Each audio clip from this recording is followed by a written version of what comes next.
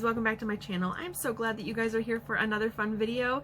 I am Katie and you are watching my 31 days of Vlogtober, and we are on day number 23 now. So it is 8 more days till Halloween. Halloween. 8 more days till Halloween, Silver Shamrock. I haven't talked about Halloween 3, but it's always in the back of my head, especially around this time of years when we get down to this part of the countdown. Oh man, 8 more days till Halloween. That's insane. Anyway, but let's go ahead and move on to our prompt from yesterday. And that was Seaside Scares, which is this guy right here. So I wanted to hear about your favorite movies that take place at the ocean, take place at a lake, maybe a lake monster, could be a serial killer that kind of stays close to the shore. That's what I wanted to hear about today. So I will get to my recommendations here in just a couple minutes. But I do want to tell you I am changing things up a little bit today to try and cut down a bit of the bulk in my videos, because I have been told by several people they like watching my videos, they like my passion and how much I enjoy talking about stuff, but it is long-winded, and I completely get it. I totally understand you guys have your lives that you need to lead, and trying to have you devote 30, 40, 50 minutes to some of these videos is ridiculous. So I get it, I hear you. It has been several people that have brought this to my attention, so I am going to work at about a 20-minute pace, see if I can get it around there. But now I'm so cognizant of the countdown clock. I just hope that it doesn't sound rushed and that I'm still able to get out all the information I want to. So we're still doing a book recommendation, a movie recommendation, and a TV series recommendation, but I won't be going too much into details about several movies. I think I may just devote time to one movie in particular and then just give you like the name, the year it came out, and maybe some fun little tidbits about the movie. Or I may just say, hey, and I also suggest you guys check out this and this, and if you guys really enjoy one of those movies and you want me to do a review of it, I can do another video and just devote it to, a recommendation video to one movie. So if that'll work out for you guys, it would work for me, and I hope that that's okay. So today's going to be the trial run for that, and let me know what you think. But let's get into my book recommendation first, and this is a fiction book that I could not stop. I couldn't stop listening to it. I did start with the audiobook through my local library, through the Libby app, I think. And this book is called The Fate of Mercy Alban, and it's from author Wendy Webb. And I literally, I couldn't stop listening to it. And usually with horror books, it's a little harder to do listening-wise, because if you don't have a lot of time to devote to that book, if it's a new listen, you really have to pay attention to all the little details that kind of surround it. And I just would find a quiet time to go to my room and I would listen to this whole book. And so many times I don't have that luxury. I'm listening at work, or I'm listening while I'm cleaning up around the house. And so this one I did devote some very special time to, because I just love the storytelling. I love the story itself. It's about this woman, Grace Alban, who is going back home to her family home up in Michigan. Her mother passes away under weird circumstances, and so she is tasked to go back to her home and tie up some loose ends with her daughter. And so once she gets there, the ghosts of the past kind of emerge one by one, and she is thrown into this mystery about Mercy Alban. And it is a gorgeous story. The details that Wendy really goes into with this story really makes it very special. They are on the shores of Lake Michigan, I think. And I just found it to be so thrilling. I loved every little nuanced character. I loved there was a story within a story in this book. And I just thought that was so unique and special, and I definitely recommend you guys check out Wendy Webb's The Fate of Mercy Alban, because it is not only a beautiful cover of a book, but it's beautiful inside and out. So definitely recommend you guys check out The Fate of Mercy Alban. So I'm going to go into my movie recommendations today, and I'm going to tell you right out of the gate my 3 recommendations for today are The Lost Boys, which came out in 1987, I think, 1987, and Ghost Ship, which came out in 2002, and I'm also going to be talking about The Fog. I think you guys figured I would be talking about this one just because of the set location, but I do want to, recommend definitely The Lost Boys. I think if you are a horror fan and you've not seen The Lost Boys, you should 1000% check it out. But like I said, since that one's such a popular, kind of an old classic, I'm not going to dive too much into details about that one. Or Ghost Ship. Ghost Ship is kind of a under the radar film from 2002. It starred a very young Emily Browning, who I absolutely adore in this movie. She went on to be in Sucker Punch, which is one of my maybe top 10 favorite movies, which I get flack for all the time for. But if you really want a good ghost story, there's a hidden tale underneath the discovery of a ship at sea, and it's a wonderful tale, and definitely recommend that one as well. But we are going to go and dive a little bit deeper into The Fog today, so put on your seatbelts, kids. We are heading to the ocean, and we are heading to the Pacific coast. So this movie takes place in California, in a little it's a seaside town, like I said, but it's a fictitious town. But the movie was shot at Point Reyes Lighthouse, which is a real lighthouse. So many times in movies, they don't do that. They'll construct their own lighthouse and then demolish it because either they can't get the rights to shoot there, or maybe something's going on, because most of the lighthouses in existence right now are manned by the Coast Guard. So you'd really have to kind of get through all the red tape involved with that, and some companies just don't want to deal with it. Like with that movie The Lighthouse that came out with Willem Dafoe and Robert Pattinson, they literally created a lighthouse and then they demolished the lighthouse. So I don't even want to go into how awful that hurts my heart to think that they created something so wonderful and then just demolished it. But anyway, so Point Reyes is a very real lighthouse in Monterey, California, I think. I'll do some checking here, but it is a beautiful lighthouse. It is pushed down. You have to walk down to it, and it is literally just on a cliff overlooking the Pacific Ocean. And it was a really perfect place for them to film this movie because it's always foggy there, from what I've read. Of course, I've never been there. I have not hit the West Coast yet. It's on my bucket list still. I've talked about that before, but yeah, so because similar to like San Francisco area, the ocean gets very foggy in that part. So a movie called The Fog, set at Point Reyes, was kind of like the perfect thing to do. And the movie stars Adrienne Barbeau, who was married, I think, to John Carpenter at the time of this movie, and so he put her in this movie, and he also put her in Escape to New York.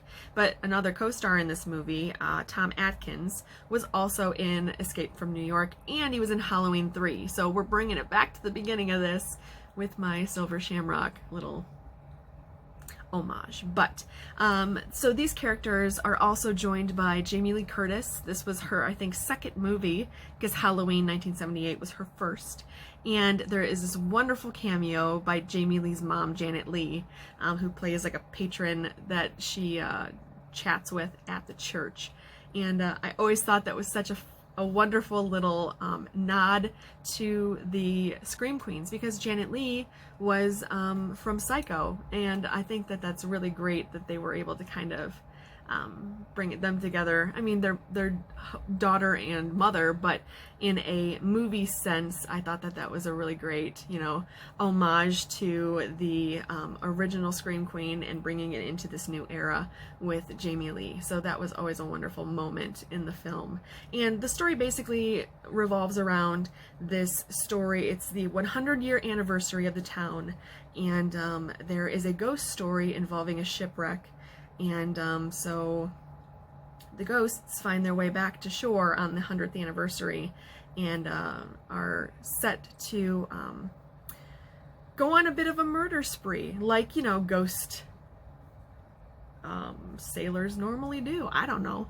But the storyline in general, I've always thought was absolutely wonderful, because I think fog in general has this creepiness about it all by itself. And then you throw in ghost sailors, I don't know, pirates, and it truly becomes a terrifying combination. And you know, I love this movie because they have incorporated a lighthouse so beautifully into this. So much of the movie takes place at the lighthouse because Adrienne Barbeau's character is a local, like a DJ. She works for the radio station, and they, you know, beam out the signal from the lighthouse because it's kind of right on the coast and easy to kind of beam it out to the whole town. And so she sits there, she does weather reports, and she's checking on, you know, ships going past and things like that. And I love watching that movie. For that reason alone, those shots at the lighthouse always make me happy. But there is an epic kind of finale scene that culminates on the roof of the lighthouse. So the lighthouse itself does play a very important role in this movie, and I have always felt an akin love to this movie because of that. I was new to this movie. It only came on my radar about 5 years ago or so. I heard through Ghost Chronicles, who I've discussed earlier in other vlogs. Ron Kolick does his podcast, and he brought on Jeremy D'Entremont. And so Jeremy D'Entremont was kind of jokingly talking about this movie, The Fog, and I was like, well, if Jeremy's talking about it, I want to check this out. And I did. I loved it. So I definitely recommend you guys check out The Fog. It's probably going to be on like TCM or AMC, something along those lines. It is not currently streaming anywhere that I am aware. It was on Shudder for some time, but then Shudder took it off. So it kind of has its cycles. So it may pop up on Shudder again. Maybe in the future when you're watching this, it may be on there. But definitely check it out if you have the chance. It is a great 80s horror. It came out, you know, right in 1980. It was actually part of a movie deal when John Carpenter was kind of starting out with his movie making, you know, time. And he was, you know, co-writing with Deborah Hill, and they kind of had a magic chemistry where they put out Halloween, and then they put out Escape from New York, and they put out The Fog. And, you know, a lot of people don't even think about Deborah Hill sometimes when they're talking about these John Carpenter movies, but I don't think John would be anywhere without Deborah Hill. She was a wonderful addition to all of these movies. I don't know if they would be the same without her wonderful input, and so I give a lot of credit to Deborah Hill, and a special thanks to her. She's no longer with us, but I still think it's important to give credit where credit's due, and she was one of the greats. So along with John Carpenter's plethora of film credits, you know, with The Thing and Escape from New York and Big Trouble in Little China and all of these wonderful, great, iconic movies, yeah, Deborah Hill was a part of a lot of them. So as much as I love John, I do love Deborah too. So shout out to her. And so I think that this is a fabulous movie. They made the massive mistake in 2005 of remaking this, like they had a habit of doing in the late 90s, early 2000s, trying to turn it into a seedy teen horror. You know, ramped it to a PG-13 rating instead of giving it its proper R, like this version was. To try and like bring in a younger audience, and I just think they so far surpassed the mark of where they should have been kind of keeping this story, and it turned into a hokey cheese ball of a movie. And I wouldn't wish my worst enemy to watch this movie. It was just, the acting was bland, it was boring, the end of the movie was like, what? You know, I don't watch it. If you have a choice and you're flipping through movies and you see The Fog 2005 is on, skip it. you will thank me later, but skip it and look into watching 1980's The Fog instead. So there, like I said, this is the creator of Halloween, you know, John and Deborah, and so I like the little nods that they had to Halloween in this movie. Tom Atkins' character plays Nick Castle, who, if you don't know your Halloween, you know, terminology and things like that, Nick Castle was the original Shape, the original Michael Myers. So Nick Castle, it's kind of a fun little homage to him. And I think John actually co-wrote Escape from New York with Nick Castle. So, you know, all these people, Deborah and John and Nick, kind of have this interwoven, intertwined life, and they brought us so many wonderful things. So I am infinitely grateful to that group of people to bring us all so much joy. So that is my main recommendation today for my movies, is 1980's The Fog.